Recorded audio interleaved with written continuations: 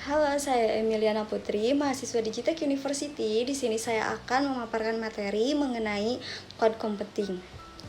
Yang pertama di sini ada definisi cloud computing. Cloud computing berasal dari dua kata, yaitu cloud dan computing. Yang pertama, cloud yang berarti awan atau internet, dan yang kedua adalah computing yang berarti proses komputasi. Lalu di sini ada definisi dalam bahasa Inggris yang mengatakan bahwa gaya komputasi di mana sumber daya yang dapat diskalakan secara dinamis dan seringkali tervirtualisasi disediakan sebagai layanan melalui internet. Penggunaan tidak perlu memiliki pengetahuan, keahlian, atau kendali atas infrastruktur teknologi di cloud yang mendukung. Lalu di sini ada kelebihan dan kekurangan cloud computing. Yang pertama ada kelebihan diantaranya yaitu kapasitas penyimpanan yang hampir tidak terbatas. Yang kedua ada lokasi dan format data yang terpusat atau terstandarisasi, memungkinkan portabilitas aplikasi dan data yang tinggi. Lalu yang ketiga ada sedikit biaya awal dan pemeliharaannya. Selanjutnya ada kekurangan dari cloud computing. Yang pertama ada kecepatan akses dibatasi oleh kecepatan akses internet. Yang kedua ada kurangnya keamanan dan keandalan. Dan yang terakhir dari kekurangan cloud computing ada sedikitnya penyesuaian aplikasi yang tersedia. Lalu di sini ada syarat cloud computing. Yang pertama ada layanan bersifat on demand atau penggunaan dapat berlangganan hanya yang dibutuhkan saja dan membayar hanya untuk mereka yang menggunakannya saja. Misalnya, sebuah internet service provider menyediakan 5 macam pilihan atau paket-paket internet dan user hanya mengambil satu paket internet, maka user hanya membayar paket yang diambilnya saja.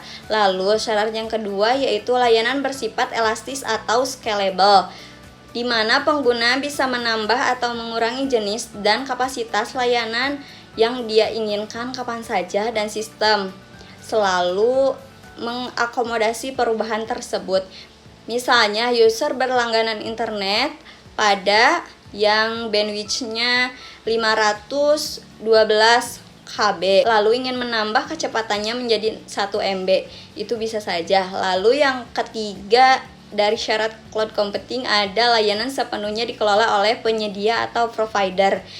Yang dibutuhkan oleh pengguna hanyalah komputer personal atau notebook ditambah koneksi internet.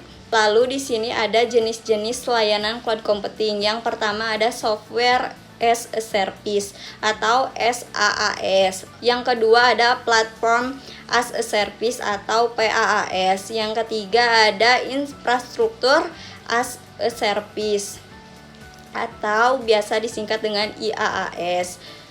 Selanjutnya ada karakter cloud computing. Yang pertama ada resource pooling, yang artinya layanan cloud harus tersedia secara terpusat dan dapat membagi resource atau sumber daya secara efisien sehingga dapat dimanfaatkan secara maksimal. Yang kedua on demand self service, yang artinya bahwa layanan cloud harus dapat dimanfaatkan pengguna melalui mekanisme swalayan atau otomatis dan langsung tersedia saat dibutuhkan segera. Yang ketiga ada broad network access, atau yang berarti bahwa layanan cloud harus dapat diakses dari mana saja, kapan saja, dengan alat apapun selama kita terhubung dengan jaringan internet seperti smartphone, PC, laptop, tablet, dan sebagainya. Yang keempat ada rapid elasticity, yang berarti bahwa layanan cloud harus dapat menaikkan atau menurunkan kapasitas layanan sesuai dengan kebutuhan pengguna. Seperti saat sebuah perusahaan ingin meningkatkan jumlah storage, bisa dengan cepat dilayani. Lalu yang kelima ada measured service, yang artinya bahwa layanan cloud harus menyediakan layanan pengukur sumber daya yang dipakai secara detail, sebab nantinya akan diperlukan dalam proses pembayaran, seperti ukuran bandwidth, storage, proses, jumlah penggunaan aktif, dan sebagainya.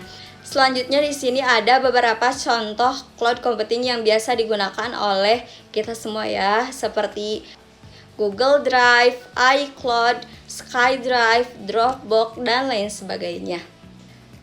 Mungkin itu saja yang dapat saya sampaikan, kurang lebihnya saya mohon maaf. Sampai jumpa di lain kesempatan. Bye.